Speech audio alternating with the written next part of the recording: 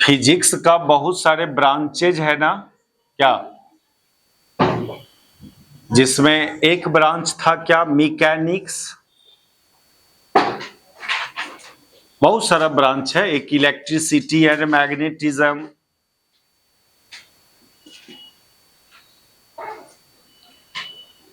हम लोग को जो भी ब्रांचेस सब स्टडी करना है फिजिक्स का, optics,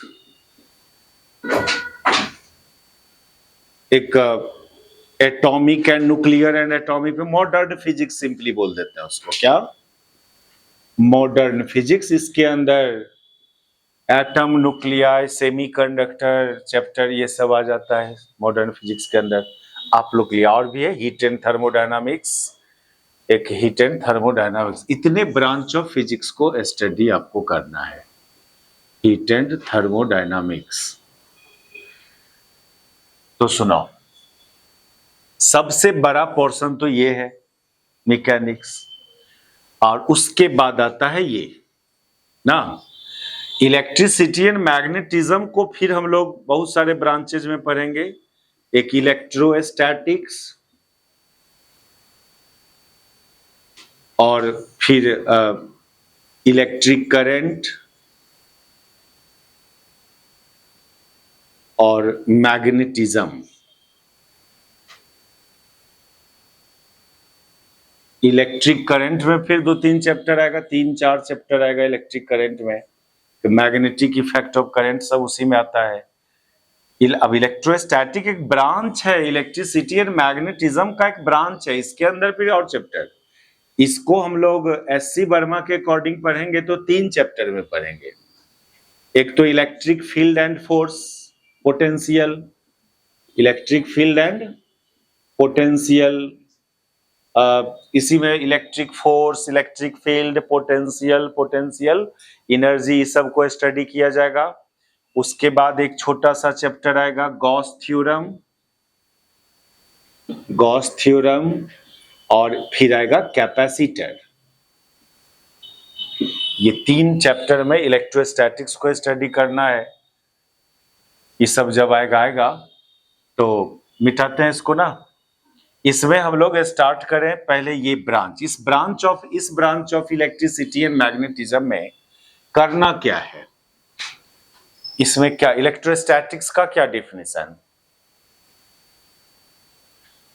Electrostatics, in this branch of physics we have to study about properties of charge, electric charge at rest ना।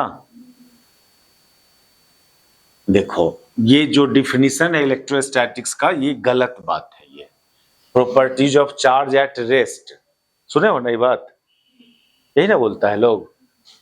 तो तब तो इसके अंदर ऐसा कोई न्यूमेरिकल नहीं मिलना चाहिए जहां चार्ज पार्टिकल मोशन में हो। जबकि खूब ऐसा न्यूमेरिकल मिलेगा जहां चार्ज पार्टिकल को प्रोजेक्ट कर रहे हैं, तो उसका वेलोसिटी बताओ, तो ये बताओ। क्योंकि इसके अंदर बोला property of charge at rest, सारा न्यूमेरिकल चार्ज इन मोशन से हो रहा है। देखिए एक्चुअली क्या करना है, ठीक है, चार्ज का प्रॉपर्टी को स्टडी करना है इलेक्ट्रोस्टैटिक्स में, लेकिन चार्ज को रेस्ट में नहीं बोलना है। बोलना है इसको in this branch of electricity and magnetism, electricity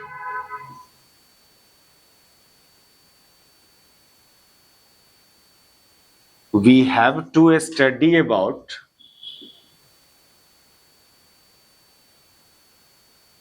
properties of electric charge, ये मत बोलो, effect of charge, effect of charge at a point in A space,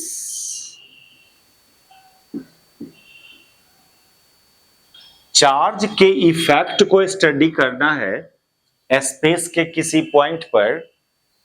आप इसको और अंदर जाके बात करो तो बोलो electric field and potential study करना है। वो चार्ज बॉडी और पार्टिकल है, तो स्पेस के किसी पॉइंट पर क्या करता है वो, फील्ड एंड पोटेंशियल क्रिएट करता है। निकालते थे ना, electric field at distance R from Q, electric potential at distance R from Q. तो चार्ज का effect at a point in space means क्या, इलेक्ट्रिक फील्ड एंड पोटेंशियल। इसको ब्रैकेट में लिख दे रहे हैं, effect of charge at a point in space that is about electric field and potential, comma देना, which does not change with respect to time, which does not change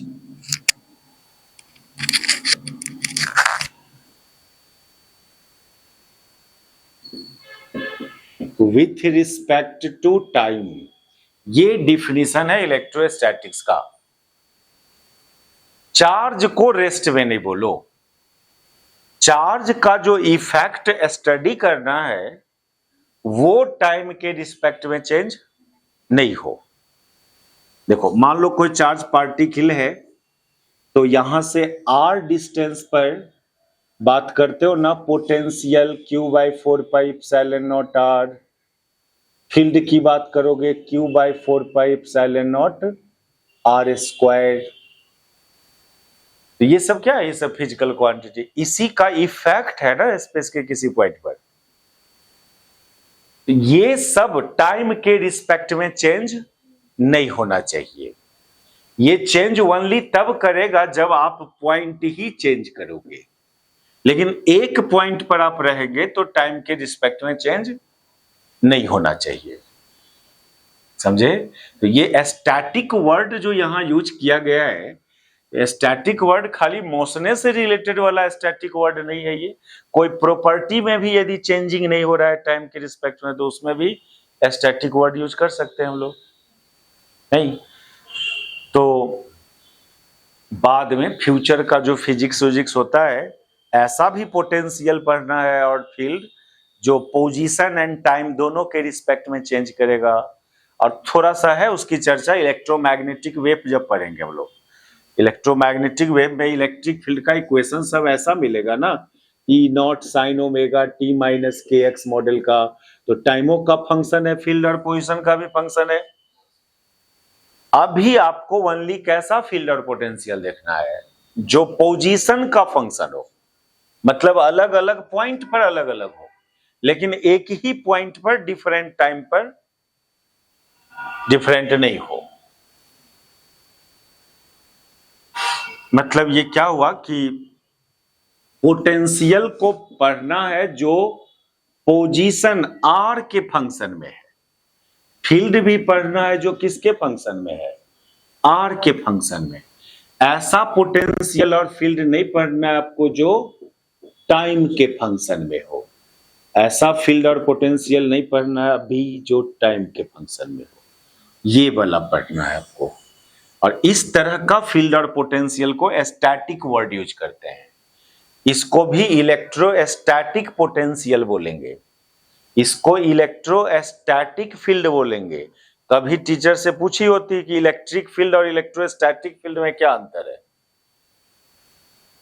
क्या simply electric field बोलना तो दोनों आ गया।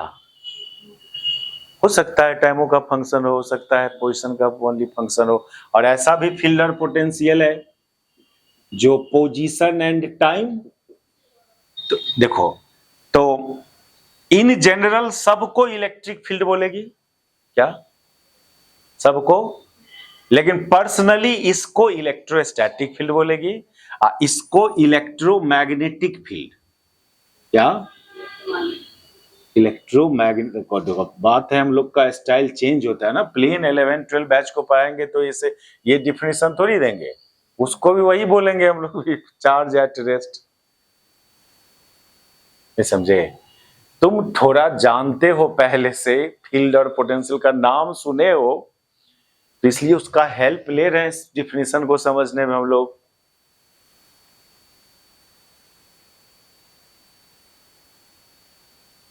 देखो बार बार बोल रहे हैं एग्जाम टफ नहीं है, एग्जाम का क्वेश्चन का लैंग्वेज टफ है। लैंग्वेज पर पकड़ आ गया ना क्वेश्चन का, बस इजी नजर आएगा एग्जाम। लैंग्वेज में जितना स्टैंडर्डिटी डालना हो पढ़ने समय डालो, समझ में आएगा न्यूमेरिकल।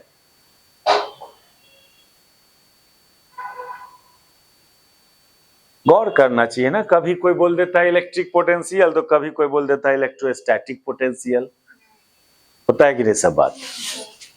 नहीं कभी इस बात पर ध्यान दिए, न पूछे, जानना चाहे, तो अंतर है। इन जनरल इस दोनों को पोटेंशियल बोलेंगे और पर्सनली इसको इलेक्ट्रोस्टैटिक। पोजीशन डिस्टेंस का फंक्शन में होगा तो स्टैटिक वर्ड यूज करेंगे, और टाइम भी आ गया, टाइम पर भी डिपेंड करता फिर स्टैटिक वर्ड यूज नहीं करेंगे, सिंपली इलेक्ट्रिक पोटेंशियल। इस चैप्टर में आपको ओनली आर का फंक्शन वाला तो बात करना है। देखो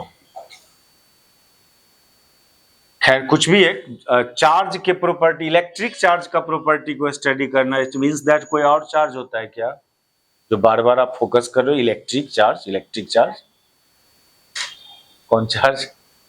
जब एक वो टाइप का होता तो फिर वर्ड इलेक्ट्रिक वर्ड क्यों यूज करते? एक मैग्नेटिक चार्ज भी होता है, इसलिए यहां पर इलेक्ट्रिक चार्ज बोल रहे हैं। तो पहले तो ये देखो इलेक्ट्रिक चार्ज खुद क्या चीज है, तब ना उसका प्रॉपर्टी। तुम पढ़ने में कैसा हो, अच्छा हो खराब तो बाद की बात है, पहले तुम हो कौन, नहीं पहले वो न जानेंगे तब ना उसका प्रॉपर्टी। थोड़ा चार्ज को डिफाइन करो, इलेक्ट्रिक चार्ज क्या चीज है? देखे हो चार्ज को? चार्ज देखे हो कभी? नहीं, हाँ नहीं देखिए। कुछ बोलो इसके बारे में।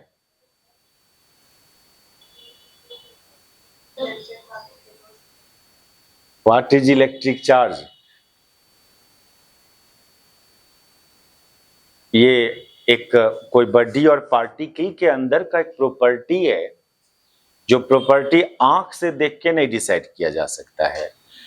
कोई फिजिकल फेनोमेना करवाना पड़ता है, तब पता चलता है कि वो चीज उसमें है कि नहीं है। तो अब कंघी को बाल से रब्ड किया, कागज के टुकड़े बाल से रब्ड किया और छोड़ दिया, फिर क्या हुआ? जैसा पहले था कंघी अभी वैसा ही है। लेकिन कागज के टुकड़ा के पास ले जाते हो, अट्रैक्शन होना स्टार्ट, तो बोलते हो कुछ तो हुआ रबिंग होने से, तो उसी को बोल देते हैं क्या हुआ? चार्ज हो गया। तो चार्ज एक मुहावरा वर्ड है। क्या? अचानक किसी चीज में कोई प्रॉपर्टी आ गया। अब गांव घर में नहीं देखती है औरत लोग चिल्लाने लगती है तो बोलती है देखो चार्ज हो गया है। अब तुम कहेगी औरतें का नाम काहे लिए? गांव घर की औरत की बात कर रहे हैं। नहीं चार्ज वर्ड वहां भी यूज करते हैं ना लोग, चिल्लाने लगता है तो चार्ज एक ऐसा प्रॉपर्टी है, intrinsic property of a body, नहीं दिखाई देने वाला प्रॉपर्टी। लेकिन जब ये प्रॉपर्टी रहेगा दो बॉडी में, तो वो दोनों बॉडी को कुछ दूरी पर रखेंगे तो क्या करना है? अट्रैक्ट और, पहला प्रॉपर्टी चार्ज का यही पता चला था। When this property exists in two body kept at some distance, then they will attract or repel with each other. किसी चीज के एग्जिस्टेंस को जानने के लिए कोई फिजिकल फेनोमेना करवाना पड़ता है। बैटरी चार्ज है कि नहीं है, या आंख से देख के नहीं डिसाइड कर सकते हो, तो बल्ब टीवी रेडियो से कनेक्ट करोगे, वो जल गया तो बोलेंगे वो चार्ज है। एक फिजिकल फेनोमेना करवाना पड़ा ना, तो वो सब चीज इंट्रिंसिक प्रॉपर्टी कहलाता है बॉडी का। It is an intrinsic property of a body और particle, intrinsic property of a body और पार्टिकल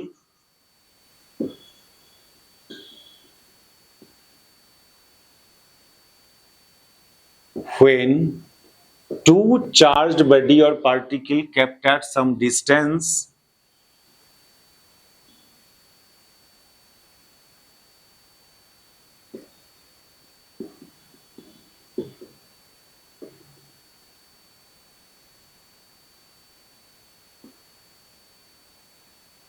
then they exert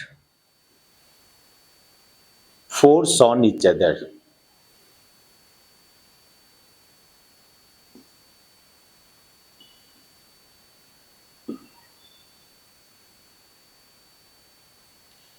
यदि अट्रैक्टिव फोर्स लगाया तो ये चार्ज का एग्जिस्टेंस का टेस्ट नहीं है।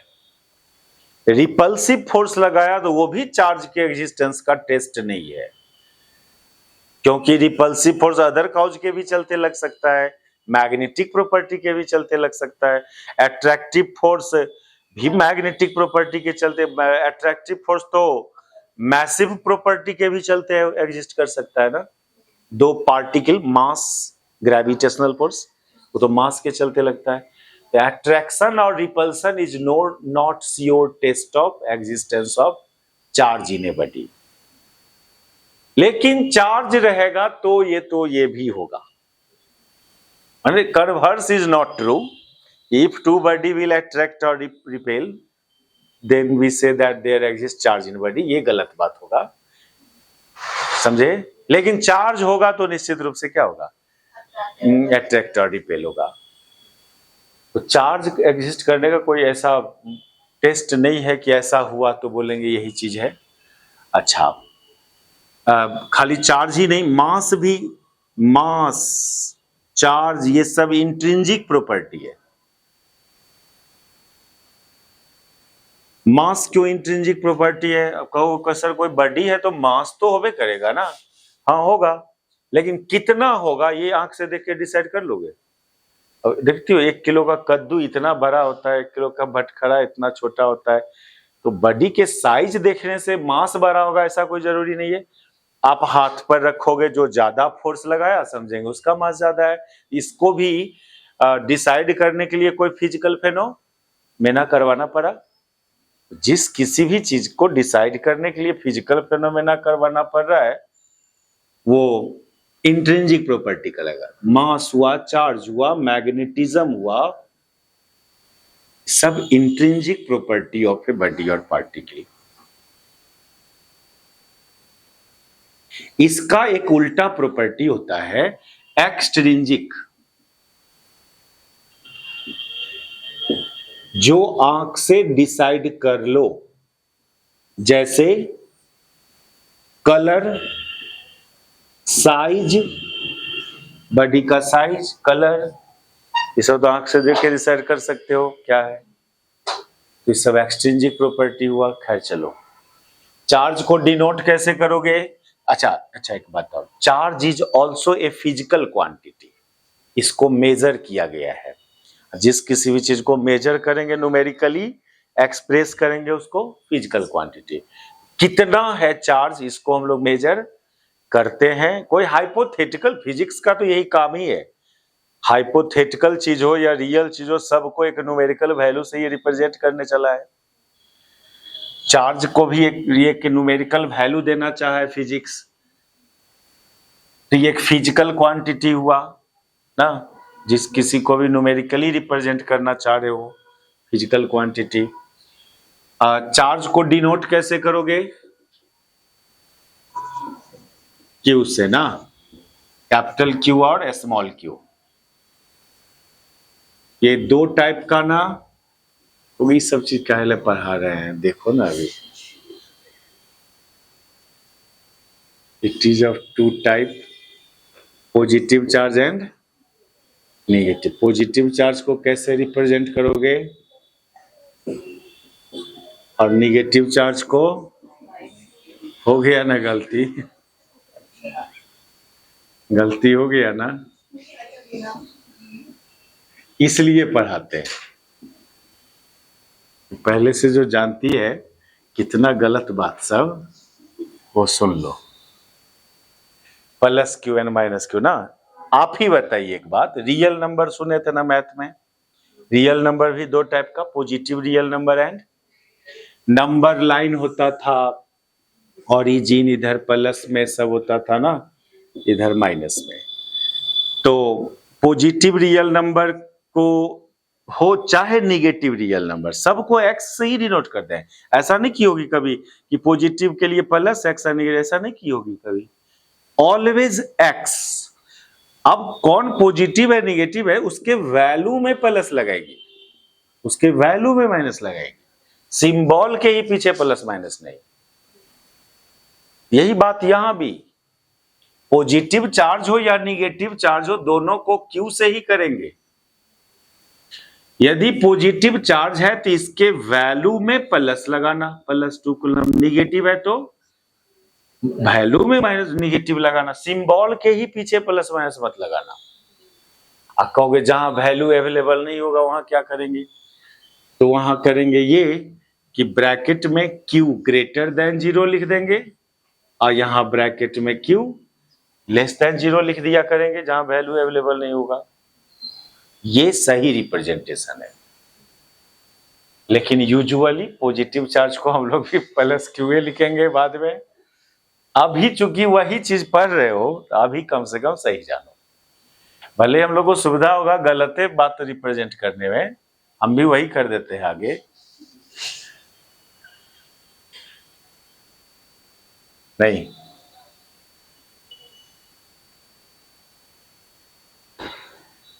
पॉजिटिव चार्ज हो या निगेटिव, पॉजिटिव चार्ज में +2 कूलम, निगेटिव चार्ज होगा -2 कूलम। अच्छा, 3 फंडामेंटल पार्टिकल कोई भी बॉडी होगा तो ये 3 गो होगा, एक ठो छोड़ के, हाइड्रोजन छोड़ के। हाइड्रोजन में क्या नहीं होता है, न्यूट्रॉन नहीं होता है, इलेक्ट्रॉन, प्रोटॉन एंड न्यूट्रॉन। इस पर चार्ज कैसे डिफाइन किया गया है, चार्ज ऑन इलेक्ट्रॉन कितना, -E सिंबॉलिक फॉर्म में, क्या -E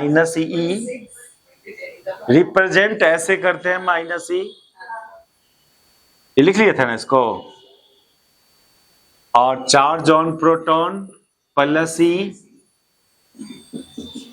और न्यूट्रॉन पर कोई चार्ज नहीं ना।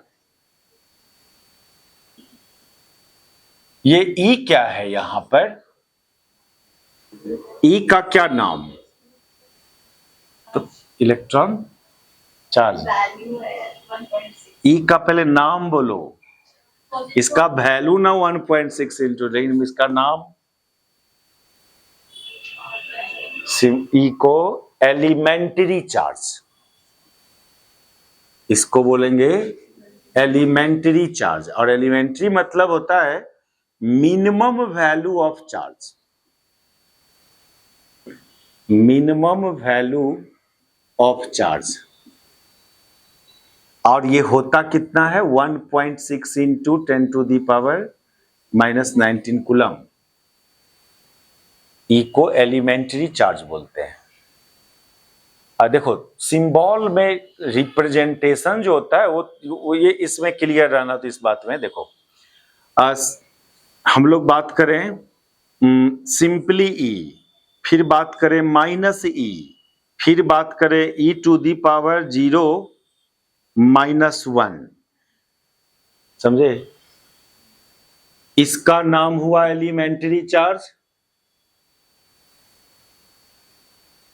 इसका नाम हुआ चार्ज ऑन इलेक्ट्रॉन, ये हुआ सिंबल ऑफ इलेक्ट्रॉन, क्या, सिंबल ऑफ इलेक्ट्रॉन। 0 हो गया उसका रिलेटिव मास और -1 हुआ उसका रिलेटिव चार्ज। लेकिन लोग इतना कहाँ एक्यूरेट बात आगे करेगा, जहां इलेक्ट्रॉन का सिंबलों में ये लिख देंगे, नहीं -E।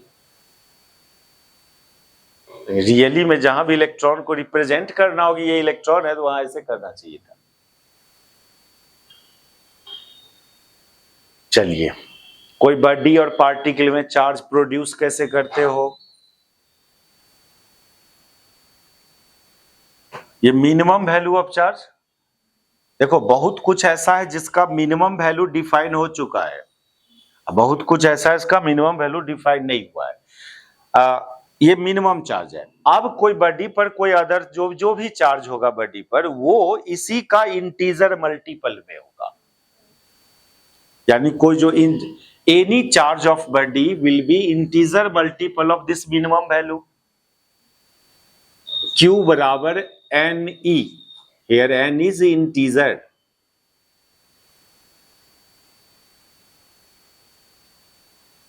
इंटीजर मतलब 1 2 3 TC ऐसे, इसी के मल्टीपल में होगा। ठीक है, कोई बॉडी पर कितना चार्ज दिया है, तुम इससे डिवाइड करना, वो ऑलवेज आपको क्या देगा, एक इंटीजर वैल्यू देगा। ये मिनिमम चार्ज है कोई बॉडी और पार्टिकल पर का। मास का मिनिमम वैल्यू अभी तक डिफाइन नहीं हुआ है, समझे। अच्छा, जो जिस किसी भी चीज को इंटीजर मल्टीपल ऑफ समथिंग में लिखते हैं, उस फिजिकल क्वांटिटी को क्वांटाइज्ड क्वांटिटी बोला जाता है। उस फिजिकल क्वांटिटी को क्वांटाइज्ड बोलते हैं। तो चार्ज इज क्वांटाइज्ड, ये सब प्रॉपर्टीज ऑफ चार्ज जब करेंगे वहां लिखेंगे, अभी छोड़ दो इस बात को। यहां बात करना है अभी हमको प्रोडक्शन ऑफ चार्ज। ऐसा नहीं है कि वो किराना दुकान में बोरा में पैकेट में रखा होगा, वो चार्ज लाएंगे घर में खरीद के बैटरी में डाल देंगे, ऐसा होता है। चार्ज बना बनाया हुआ नहीं मिलता है, प्रोड्यूस करवाने जाना पड़ता है बैटरी लेकर के ना। तो इसलिए हम लोग प्रोडक्शन ऑफ चार्ज, 3 मेथड है चार्ज प्रोड्यूस करने का। Production of charge,